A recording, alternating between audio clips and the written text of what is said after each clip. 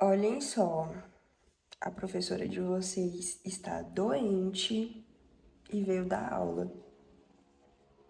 Então vamos fazer valer a pena? Eu tô aqui com meu copão de café. A la Ozzy Osbourne. Pra quem ainda não viu o vídeo falando sobre a influência do Ozzy na moda, assiste agora, que tá muito bom, tá? Agora não, depois você sai disso que você assiste. E, gente, hoje, como eu prometi pra vocês esse vídeo e já tem muito tempo também que eu tô pra gravar ele, sempre acontece alguma coisa e eu tô doente, não vai ser um vídeo super longo, tá? Merecia, na verdade, esse livro merecia um vídeo bem longo, mas o intuito, bom, pra quem, né, já tá acompanhando, já sabe qual que é o intuito, mas pra quem caiu aqui, né, clicou, achou o título interessante, clicou e não me conhece, eu sou a Aura. Esse vídeo em específico, ele faz parte de uma série de vídeos onde a gente tá aqui estudando, nós juntas, as meninas que me acompanham, os meninos que me acompanham, o pessoal que me acompanha, estamos estudando sobre psicologia e moda. E o nome desse projeto se chama Clube Número 7. Serão 7 livros onde a gente vai estudar e aprofundar sobre psicologia, sobre moda, sobre cérebro e como utilizar o poder da moda para você conquistar os seus objetivos, realizar os seus sonhos e tudo isso. É o nosso objetivo, tá? Então, assim, se você, né, bom, clicou aqui, você ainda não me conhece, você vai se deparar com esse conteúdo que ele é um tanto, né, alternativo ao convencional, porque eu não sou muito de fazer corte, eu não tenho iluminação porque eu sou fotossensível, tudo isso, talvez você pense, não, não vale tanto a pena assistir. Só que eu te digo o seguinte, mais cedo ou mais tarde, esses fundamentos que eu vou apresentar pra galera aqui, você vai se deparar, se você não chegar nessas conclusões sozinha, né? Então, de repente, futuramente você se depare com essas premissas, né, com esses fundamentos, em um ambiente que não tenha tanta didática como a gente vai trazer aqui. Então, eu considero que seria interessante e inteligente da sua parte ficar até o final do vídeo e assistir e aproveitar, sabe? Então, é por aí, tá? Galera, estudamos agora Neville Goddard, né, que foi um livro iniciático, como eu disse, eu não vou me cansar de repetir, porque eu não quero ser mal interpretada.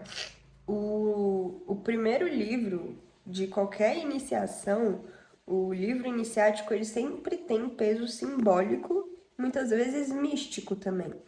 Então, se você cair lá no vídeo, né, assistir o vídeo do Neville Goddard, até porque para você assistir esse aqui, você tem que assistir o vídeo do Neville Goddard primeiro, falando sobre a imagem a partir de uma perspectiva simbólica e mística, coisa que a gente vai aprofundar no terceiro episódio, onde a gente vai estudar Jung, né? Que é o cara que traz fundamento científico, ou pelo menos perto disso, para todas as afirmações que esses caras fazem, né? E você achar por acaso que, nossa, conteúdo de misticismo, gente, não é. Aqui a gente vai falar realmente sobre psicologia, só que a gente precisa partir de algum lugar. E vamos considerar que tudo parte da do simbolismo, tudo parte do misticismo. Independente se você é religioso, se você é cético, se você é isso, se você é aquilo, independente, é história, entendeu? A primeira arte que se conhece é denominada arte mágica. Então, não tem como a gente fugir do da vontade, né, do ímpeto humano em construir narrativas místicas a respeito das coisas. Então, na minha concepção, faz todo sentido a gente começar desse ponto, tá? Então, vamos lá. Eu vou apoiar o celular aqui pra gente minutos pra gente conversar, tá?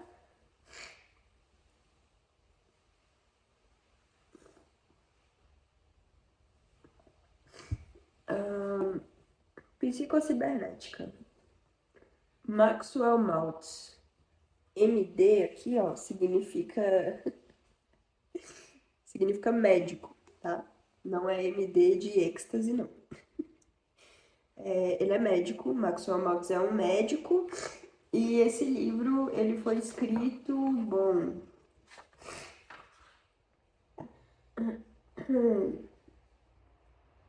2000, não.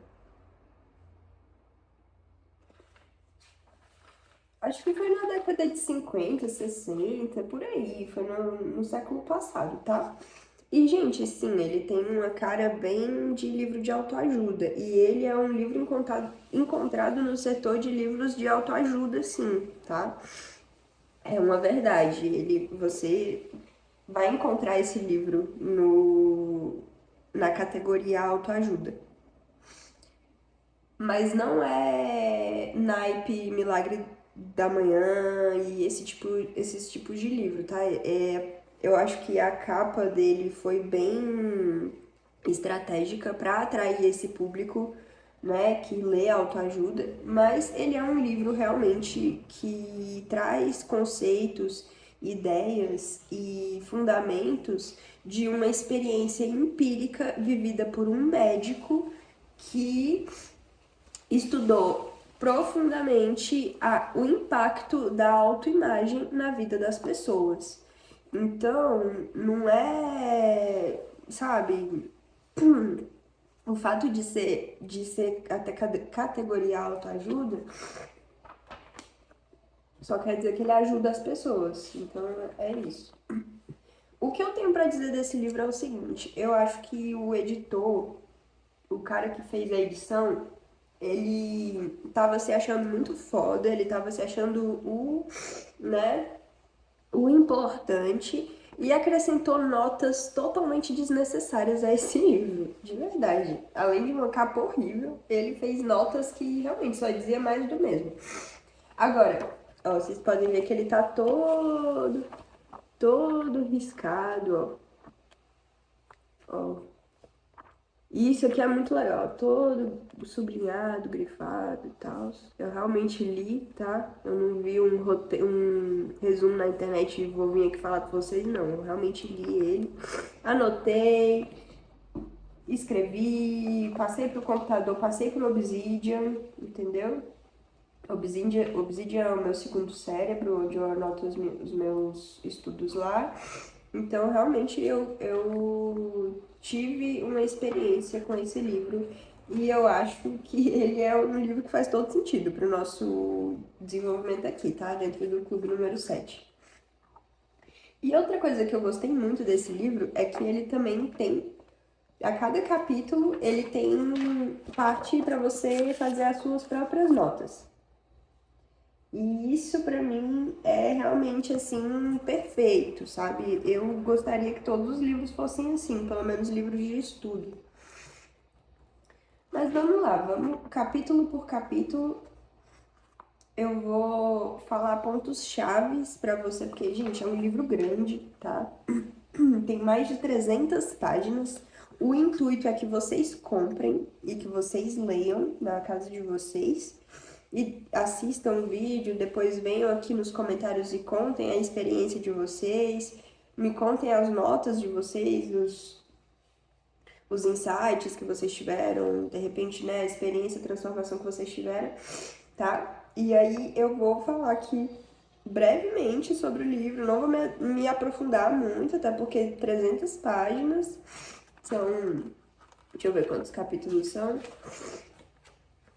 São 15 capítulos. Então, se eu for me aprofundar em cada capítulo, aí também não vale a pena vocês comprarem um livro para ler, né? Então, mais ou menos por aí. O primeiro capítulo, a gente vai ter a seguinte reflexão: autoimagem, a chave para uma vida melhor. O princípio desse livro, no geral mesmo, é falar o quê? Sobre como a gente nunca transpassa a imagem que a gente tem sobre nós mesmos. Então, se eu tenho convicção, se eu tenho na minha mente, no meu coração, na ideia, assim, que eu, que eu sou ruim em exatas, que eu sou ruim em matemática, eu não consigo ser boa em matemática. Pronto. Agora, se eu delimitar no meu cérebro, se eu tiver uma ideia mais forte ainda do que essa de, eu tenho dificuldade de matemática, mas não existe nada que não possa ser aprendido, é uma ideia mais forte. Se eu tenho essa ideia mais forte, é ela que vai prevalecer. E eu não vou transpassar essa ideia, entenderam? É mais ou menos por aí. Então, as notas que tem aqui do primeiro capítulo são basicamente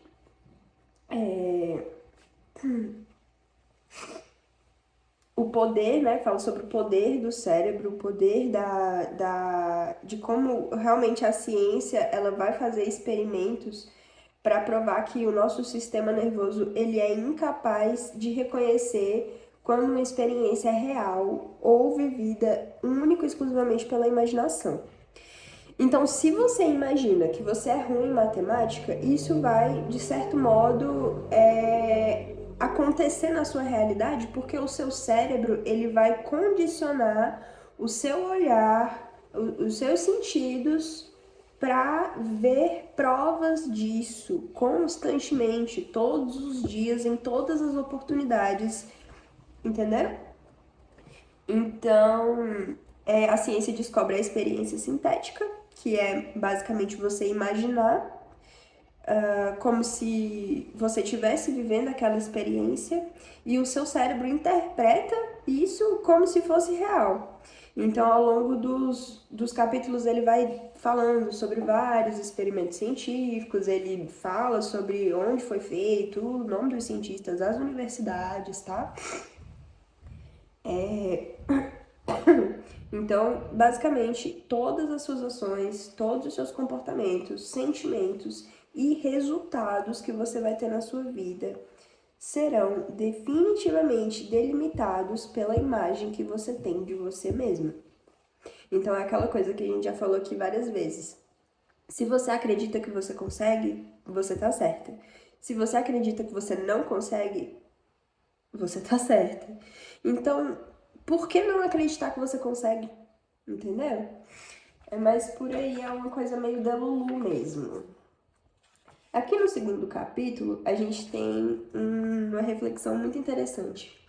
Ele traça, o Dr. Maxwell Maltz, ele vai traçar uma relação entre o cérebro, os mecanismos cerebrais e os mecanismos de...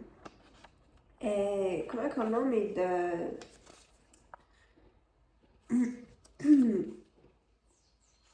eu esqueci, gente, o nome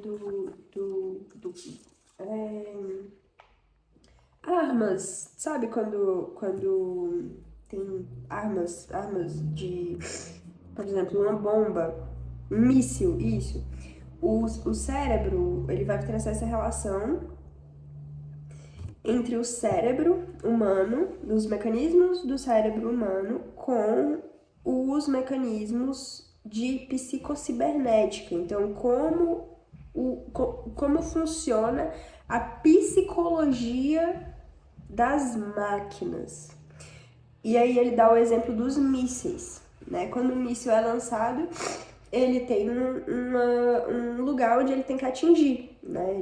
Ele vai ser lançado para ele ser atingido, independente de que seja infeliz. É um exemplo infeliz, sim, mas enfim, vamos fingir que não é. Tendo consciência, né, de que é. Mas o míssil ele é jogado para cair em um lugar. Até ele cair nesse lugar, ele tem esses mecanismos que o Dr. Maxwell Maltz vai chamar de mecanismo de sucesso, que é o que vai colocar ele no caminho do objetivo dele. Então, por exemplo, qualquer coisa que ele fizer que coloca ele fora do objetivo dele, ele vai calcular isso por meio dos feedbacks, né? Então é mais ou menos o que acontece na nossa vida mesmo. A gente tem um mecanismo de sucesso no nosso cérebro, onde a gente dá um objetivo para ele. Cérebro, eu quero passar nessa prova. Cérebro, eu quero viajar para esse lugar, nesse dia, nessa data. Cérebro, eu quero aumentar o faturamento da minha empresa em X valor. Cérebro, tal coisa. A gente está sempre dando comandos para o nosso cérebro. Mas o que delimita se a gente consegue de fato atingir os objetivos que a gente coloca ou não, né?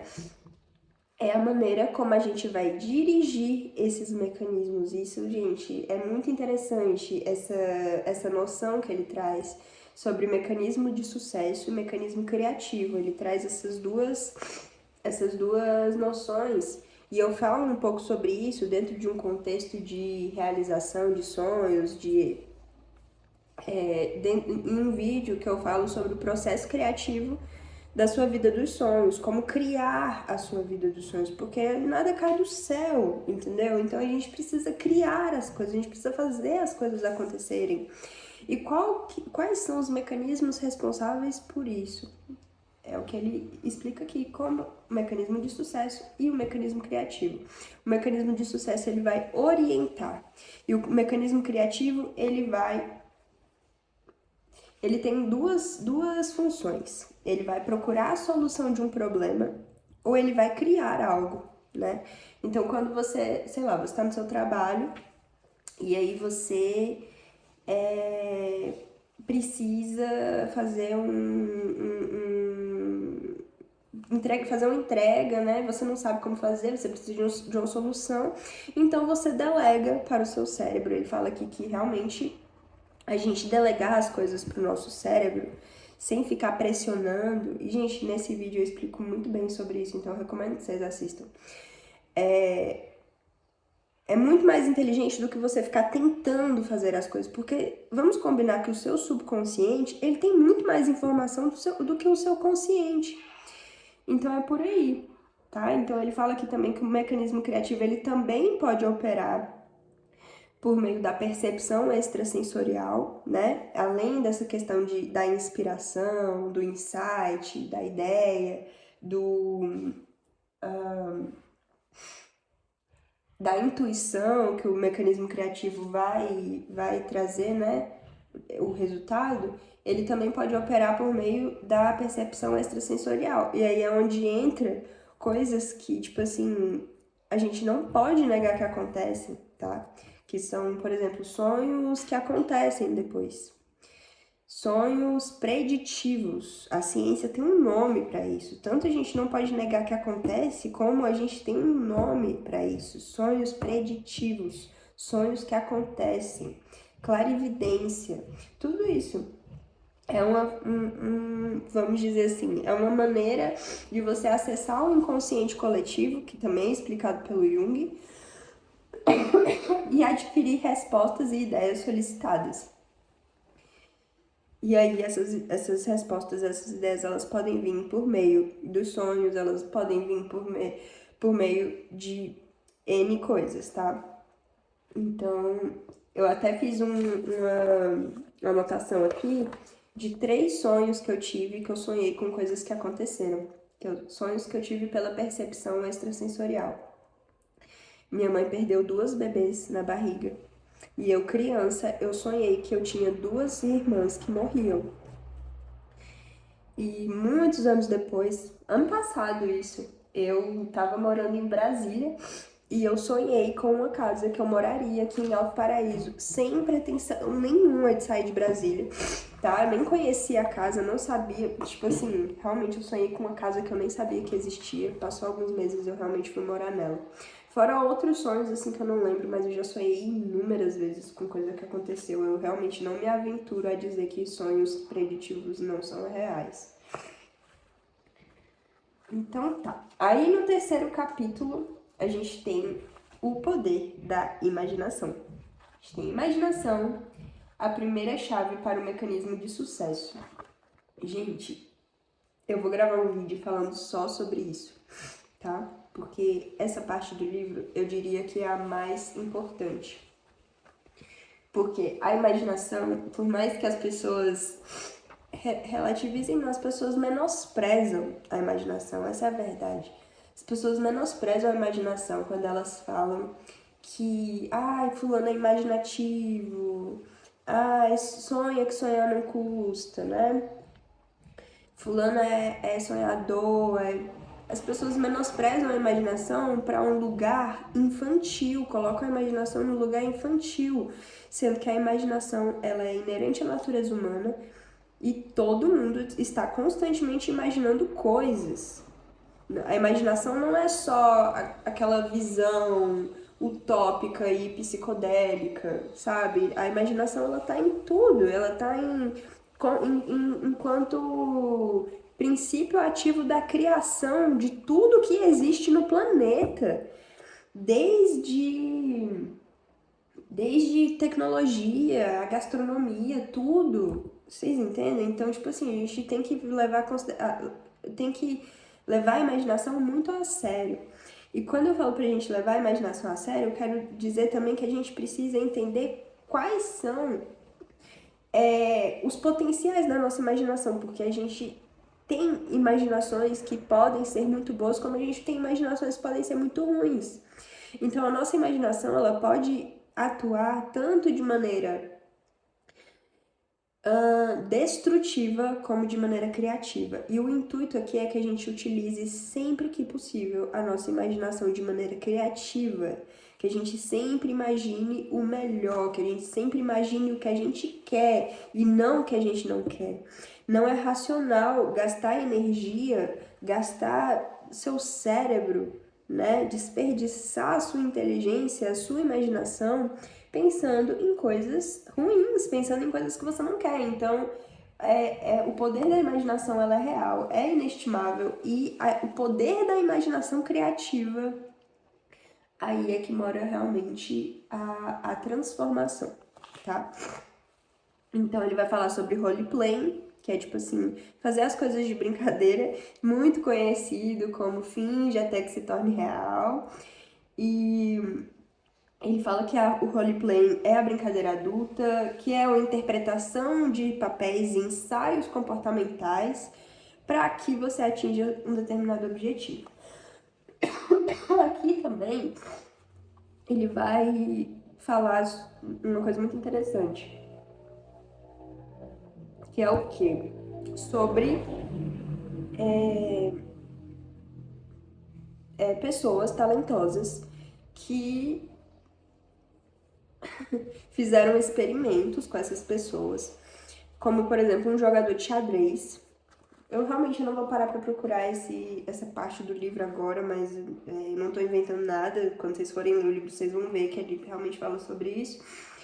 Teve um jogador de xadrez que ele ganhou do nada. Gente, xadrez é um jogo, convenhamos, xadrez existe há mais de 10 anos. É um jogo de gênio, assim. Qualquer pessoa pode jogar xadrez. Eu jogo xadrez, eu não sou um gênio, eu jogo xadrez.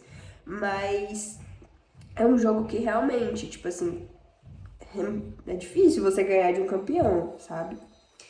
Então, surgiu do nada um jogador de xadrez novo na cena do xadrez e ele pegou e ganhou de um campeão da época.